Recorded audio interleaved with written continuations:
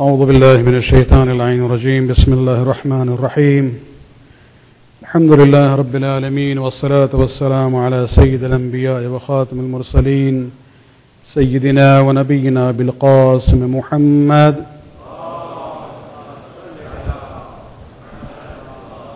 وعلى أهل بيته الطيبين الطاهرين المعصومين واللعنة الدائمة الباقية على أعدائهم من الآن إلى قيام يوم الدين. أما بعد، فقد قال الله سبحانه وتعالى في كتابه الكريم: يا أيها الناس كلوا مما في الأرض حلالا طيبا ولا تتبعوا خطوات الشيطان إنه لكم عدو مبين. صلوات عليك.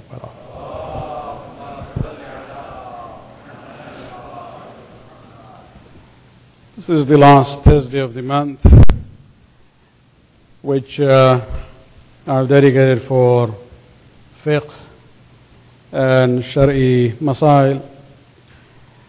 Tonight I would like to very briefly talk about the rulings about seafood.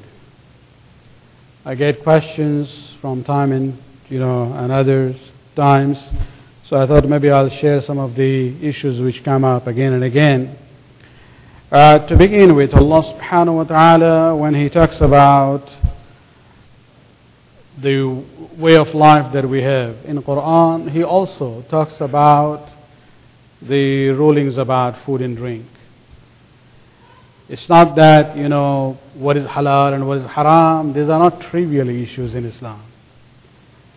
In this ayat, if you look at Surah Baqarah, ayat number 168, Allah subhanahu wa ta'ala, after saying that it what is halal and tayyib, what is permissible and good, then immediately He says, and do not follow khutawat al-shaytan, the footsteps of the shaitan. Innahu lakum aduwwun mubin. There's an indication that shaitan uses even food and drink as a means of influencing us. Because if you look at these two ayats together, one ayat, but two different themes in there, and that's where we see it's important for us to see what is going within us. When it comes to the animals as source of food for us, we're not talking about the land animals or air creatures. For tonight, we'll only look at seafood. And the classification is very simple in a way, that we divide whatever is there in the sea into two items, two categories. You have fish and you have non-fish. Anything which is not classified as fish is out of our menu. Of course, the Sunni fiqh is very different from us on this issue. They allow everything which is there in the seafood. But when it comes to the Shia laws, it is very restrictive on this issue. So anything which cannot be classified as a fish is out, it's haram. Coming to the fish category, again we divide that into two. The fish which has scales and the fish which does not have scales, or skin fish. So any fish which comes under the skin fish category, again it's haram. So we are left with a small, option there, a variety, and that is the fish which has scales. Of course, we include shrimp and prawns with that, and we'll talk about it later on. And so keep this in mind, this division, very simple. Anything which is not a part of the fish category is haram for us. In fish, again, you have to see whether it has scales or it doesn't have scales. If it doesn't have scales, it's haram again. And this is a universal, understanding of the Shia fuqaha and mujtahideen when it comes to the Shia fiqh. So besides, fish, and of course we are including shrimps and prawns in that category, everything else is haram. So we get this question about lobster. Maulana, wo shrimp ka bada bhai hai. The way that it looks. Yes, it is, the uncle of the shrimp, but it's haram. Lobster is haram, squids out, frogs or clams, anything which is not classified as fish from the Shi'i point of view, in Shia fiqh, it is considered to be haram.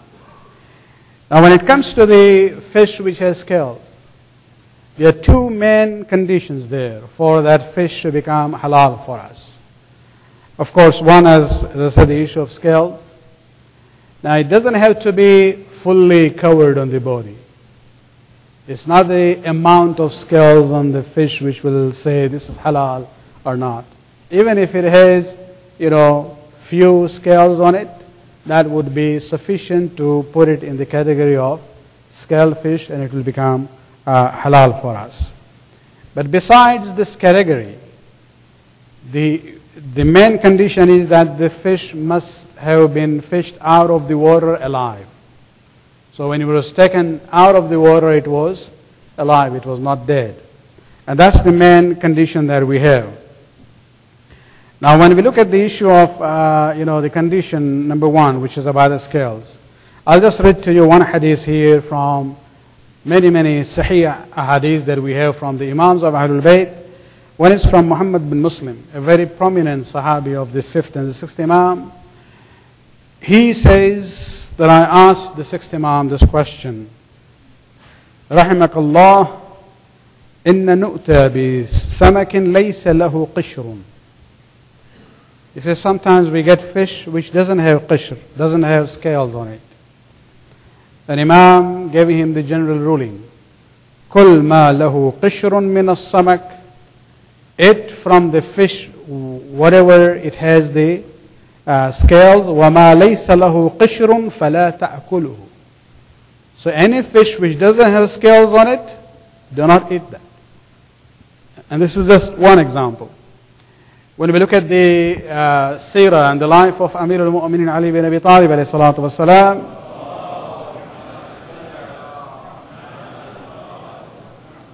we are told that he had this habit of going around the bazaar to see everything is being done in the right way. And when he would pass by the fish market, he would be announcing that be careful, don't sell the fish which does not have qishr and scales on it.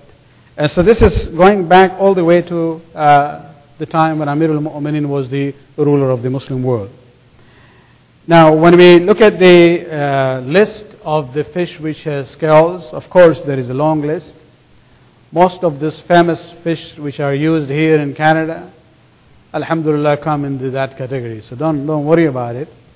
Sardine, coal, tuna fish, salmon, trout, and many. I'll give you two sources. I get this question many times about, different fish that people buy. There is not a very exhaustive, but a long list at the end of the book known as A Code of Practice for Muslims in the West. And if you don't see it in the first English edition of it, you can go on the website version of it. At the end, it has the list of the fish which has scales in English, Arabic, in French, and Spanish languages. The second is a website used by the Jewish people. And we are given the website there. And they also give the listing of what they call kosher fish. What is kosher and what is non-kosher for them. Interestingly, on this issue, the Shia fiqh and the laws of Torah are exactly the same. We are with the Yahud on the issue of fish, whereas the Sunnis are with the Christians on this issue. That's the division. Now, of course, sometimes these things, similarities between Shias and the laws of Torah are used by the Wahhabi scholars to say, see, Shiaism comes from Yahudi. And they will pick up on this one example of similarity. But then I can go to many things in Islam which Shias and Sunnis both agree with, and which is part of the Yahudi laws, but not the Christian laws. So, it's just a polemics.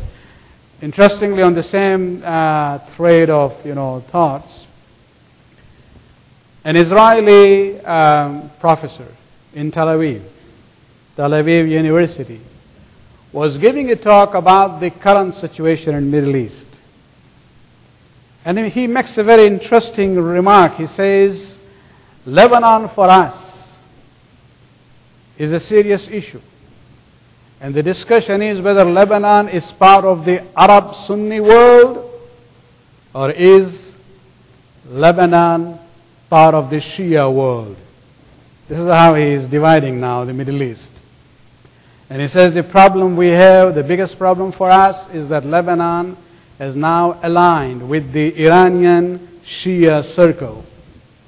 And then he makes a comment. He says, whether we like it or not, Israel has no choice but to form an alliance with Egypt, probably when Mubarak was there, and Saudi Arabia and Jordan and Israel on one side, and the Shia world on the other side. And so those who accuse us of being, from the Yahud, look at the realities of the time. When Saddam invaded Kuwait,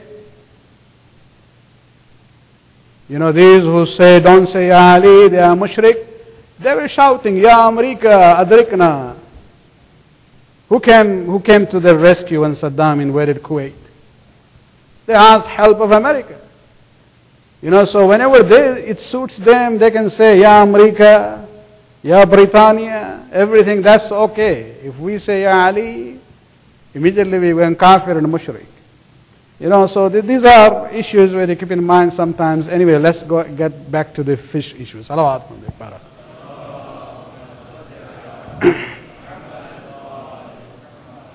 So there is no problem in using this website because it helps us to look at the categories of the fish which have scales and which don't have scales. The second important question besides the fish having scales is the issue that the fish must have been fished out of the water alive. Now, there is no requirement, unlike chicken and beef, for example, that the slaughterer must be a Muslim, the slaughterer must say Bismillah when he's slaughtering. Those things are not there. It's not that when you throw in the fishing line, you have to say Bismillah ar-Rahman ar-Rahim. No. And whether the fisherman is a Muslim or not, these are not the requirements when it comes to fish. The only thing is that the fish must have been fished out while it was alive. And the hadiths that we have from our imams on this issue are very clear. And the main thing is that, different methods are used these days, whether it's fishing line or fishing net, on commercial level. The commercial fishing vessels use huge, fishing nets. And then the question comes up that the tons and tons of fish that they have captured in that net, by the time they pull them out onto their, fishing vessel, there is a great chance that many of the fish would be dead, either pressed by one another, or maybe because of the time factor, by the time they pull the nets up, the fish die. Well, the criteria is that the fish should be in the possession or in control of the fisherman when it dies. So it doesn't have to come out alive.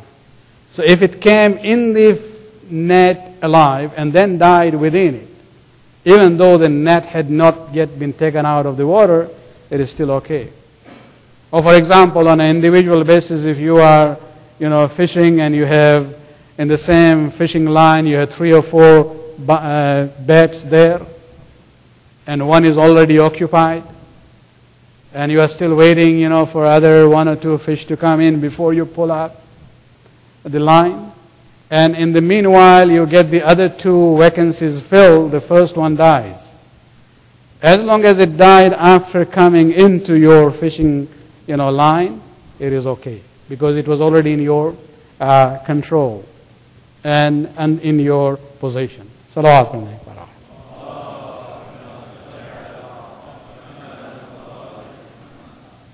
The question comes up, we go to the,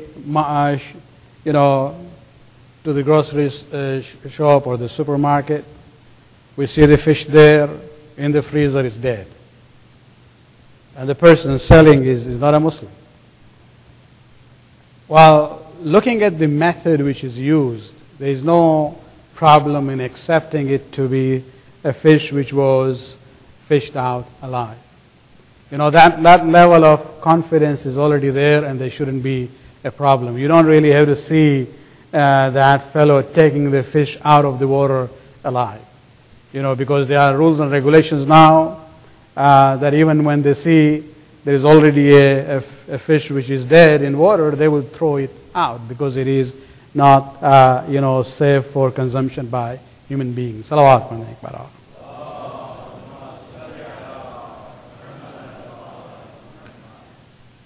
This issue of shrimp, including it in the category of the fish, which are halal for us, this is not an ijtihad issue. It's not something new. It's not that, some ulama started, liking shrimp biryani. And so they did ijtihad and made it halal. No, these were questions asked during the days of the imams also. There is one hadith where, from the sixth imam again, is a su'ila ali anil irbiyan, when he was asked about the shrimp. And he says, Kul فَإِنَّهُ مِنَ السَّمَكِ. You're allowed to eat the shrimp. It is part of the category of the fish. أَمَا تَرَاهَا تَقَلْقَلُ فِي قِشْرِهَا. Do not you see it floating within its own scale? So even the hardness that you see at the back, Imam considers that to be part of the scale. And so when you look at that, this is how, from the fiqh point of view, maybe scientifically no. But from the Ja'fari fiqh point of view, shrimps and prawns are included in the category of the fish which have scales. Salawat alayhi.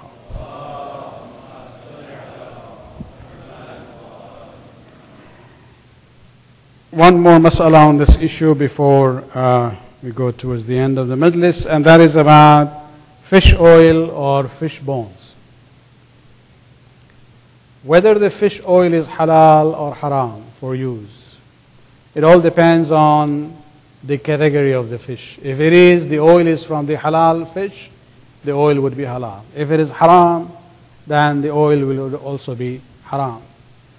When it comes to the issue of bones, sometimes some of the medicines are there, like shark cartilage, which are used for people who have problems with their knees, and to deal with the issues of pain in their bones. And whether that is permissible or not, shark is not a halal fish for us. And so the shark cartilage would be haram. And it is an individual situation. We cannot give a general, ruling about it. If that person realizes that he or she doesn't have a choice as an alternative medicine but this, then because of that medicine situation, it would be allowed. Otherwise, normally just for the sake of, to be healthy only, that would be a problem. And so if there is no alternative but this, then in that case it will be permissible. Salawat alayhi.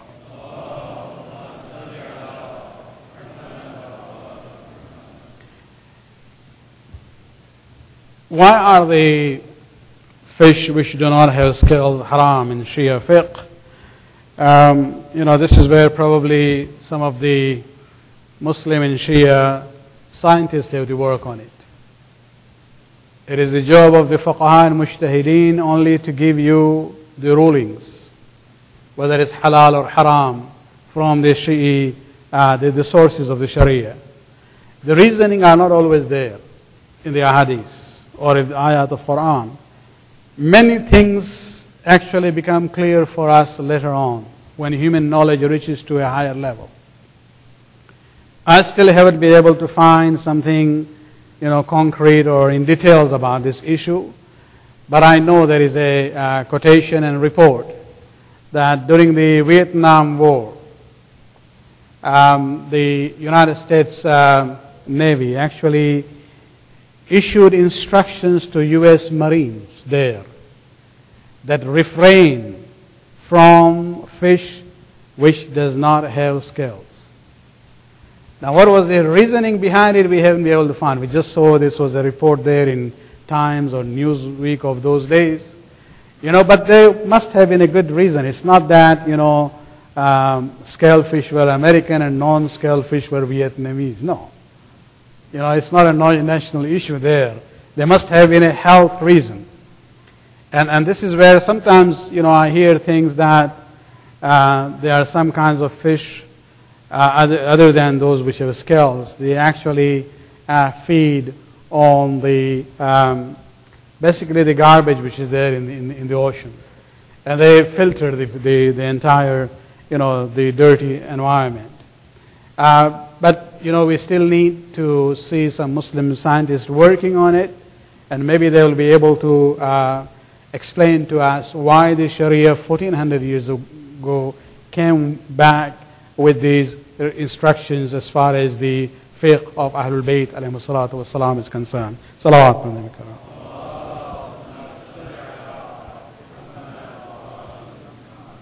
خداوند عالم نے آیات قرآنی میں اکثر خطوات الشیطان کا ذکر کیا ہے کہ انسان جو ہے شیطان کے نقش قدم پر نہ چلے، اس کے فٹ سٹیپس پہ نہ چلے. اور ایک مثال جو خداوند عالم نے قرآن میں بیان کی ہے اس کی as an application of as an example, وہ یہی معاملہ ہے کہ انسان جو ہے صرف حلال اور طیب کھائے. حلال سے مراد وہ چیز جو جائز ہے اس کے لیے، طیب سے مراد وہ چیز جو اس کے لیے اچھی ہے. اس میں مختلف انٹرپریٹیشن ہے. ایک یہ بھی ہے کہ بھائی اس کا سورس بھی جس سے لیا گیا ہے وہ بھی حلال ہونا چاہیے، اور خود آئٹم بھی جو ہے وہ بھی حلال اور طیب ہونا چاہیے.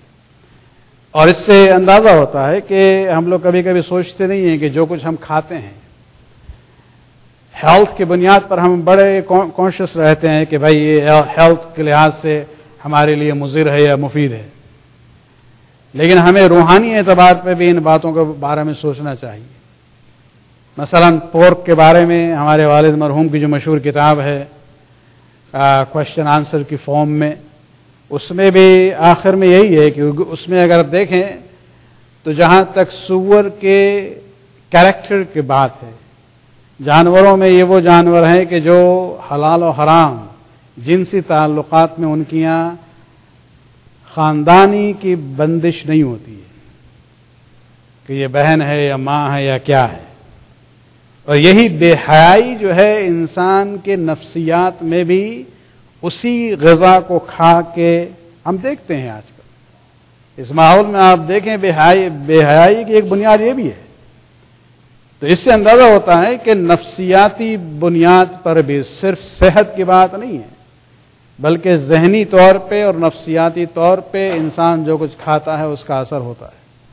لہذا بچوں کے بارے میں کہا جاتا ہے کہ آپ کوشش کریں کہ ہمیشہ اپنے بچوں کو جو کچھ حلال اور طیب ہو وہی کھلائیں، اس لیے کہ یہ صرف صحت کی بات نہیں ہے بلکہ ان کے عاقبت کی بات ہے، ان کے ایمان کی بات ہے، ان کے کردار کی بھی بات ہے. اور اس لیے آپ کبھی کبھی معاملات کو جب دیکھتے ہیں اس کا مطلب یہ نہیں ہے کہ انسان جو ہے پھر وہ صحیح راستے پہ نہیں آ سکتا ہے. نہیں، خداوند عالم نے کنٹرول پھر بھی انسان کو دیا ہے. شیطان باہر سے بہکاتا ہے لیکن آخری کنٹرول انسان کے پاس ہے. شیطان اسی وقت مؤثر ہوتا ہے کہ جب انسان شیطان کو الاو کرے. کربلا میں آپ واقعات کو دیکھ لیں، جو یہ مشہور مثال ہم اکثر پیش کرتے رہتے ہیں، جناب حر کی مثال کو ایک طرف دیکھ لیں اور عمر بن سعد کو دیکھیں دوسری طرف. خاندانی اعتبار سے وہ قریشی ہے اور دونوں افسر ہیں، البتہ ان کے سٹیٹس میں فرق تھا، اور دونوں جانتے تھے جہاں تک امام حسین علیہ السلام کی حقانیت کی بات ہے لیکن پھر یہی تھا کہ ان کے نفس پر ان کا کنٹرول کتنا ہے، اور یہ سب کچھ ڈیپینڈ کرتا ہے انسان کے تقوی پر، اور تقوی ہماری مدد اسی وقت کرے گا جب ہم اپنے تقوی کو محفوظ رکھیں. اور ایک طریقہ محفوظ رکھنے کا یہ ہے کہ انسان حرام غذا سے اپنے کو محفوظ رکھے. جناب حور کے بارے میں آپ دیکھیں، پہلی ملاقات ہوتی ہے، امام حسین علیہ السلام نے یہ نہیں کہا جب دیکھا کہ یہ پیاسے ہیں پانی سے سیراب کیا. بعد میں پوچھتے ہیں کہ تم دشمن کی حیثیت سے آئے ہو یا دوست کی حیثیت سے. اور یہی سلسلہ آپ دیکھیں کہ شب عاشور یہی اخلاق تھا امام حسین علیہ السلام کا، جس نے جناب حر کو اپنی طرف کھینچا ہے کہ شب عاشور جب جنگ یقینی ہو گئی، اس وقت تک یقینی نہیں تھی کہ جنگ ہوگی، جناب حر ابھی ڈیسائیڈڈ نہیں تھے، لیکن جب یہ یقین ہو گیا کہ کل جنگ ہو کے رہے گی تو جناب حر کو فیصلہ کرنا پڑا. اور خود ان کے الفاظ ہیں اخیر نفسی بین الجنت والنار، ہم نے اپنے کو ایک دوراہے پہ پایا، ایک طرف جنت کا راستہ ہے، دوسری طرف جہنم کا راستہ ہے. اور خدا یہی پوچھ رہا تھا کہ حر تم جاؤ گے کہاں جاؤ گے؟ جنت کے راستے میں مشکلات تھی، لیکن عاقبت کو دیکھتے ہوئے جنت کے راستے کو حر نے اپنایا ہے. آتے ہیں امام حسین علیہ السلام کی خدمت میں اور اپنے سپر کو الٹ دیتے ہیں. اپنے سر پر یہ علامت تھی کہ ہم جنگ لڑنے نہیں آ رہے ہیں، ہم اپنے کو سرنڈر کرنے آ رہے ہیں آپ کی خدمت میں. لیکن امام کی خدمت میں جب آئے ہیں اور کہا ہے کہ مولا میں نے اللہ کی بارگاہ میں توبہ کی ہے، لیکن حق آپ کا ہم نے ضائع کیا ہے، میں نے آپ کے حق کو ضائع کیا ہے، ہم نے فاطمہ کی اولاد کے دل میں خوف و ہراس پیدا کیا ہے، اگر آپ راضی نہیں ہوں گے تو خدا راضی نہیں ہوگا. امام نے تسلی دی ہے اور پھر جب جنگ کے لیے کہا ہے امام نے روانہ کر دیا ہے.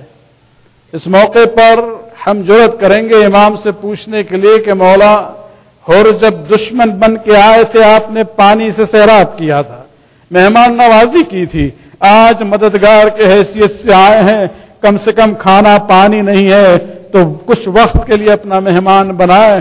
لیکن امام یہی کہیں گے کہ تمہیں مجھے میری مظلومیت کا اندازہ نہیں ہے، ہم کھانا اور پانی سے مہمان نوازی تو نہیں کر سکتے ہیں، لیکن ہم چاہتے ہیں کہ حر پہلے چلے جائیں، اس لیے کہ جس کی بھی شہادت ہوگی ہر شہادت کے بعد حر اپنے سر کو جھکا دیں گے، احساس ندامت ہوگا کہ یہ سب کچھ میرے وجہ سے ہو رہا ہے، نہ ہم نے حسین کو روکا ہوتا، نہ حسین آج کربلا میں پہنچتے.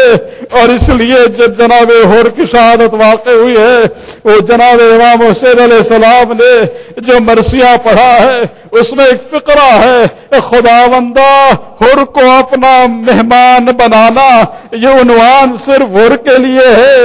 حسین کو احساس تھا خداوندہ میرے پاس پانی بھی نہ تھا کہ میں اپنے مہمان کو دے سکا، میری طرف سے جنت میں حر کی مہمان نوازی کرنا. الا لعنت اللہ علی القوم الظالمین سیعلم الذین ظلموا ای منقلب ینقلبون. خداوند اس کل کے بعد قبول فرما، ہمارے گناہوں کو بخش دے، ہمارے توفیقات میں اضافہ فرما، امام کے ظہور میں تعجل فرما. ربنا تقبل منا انک انت السمیع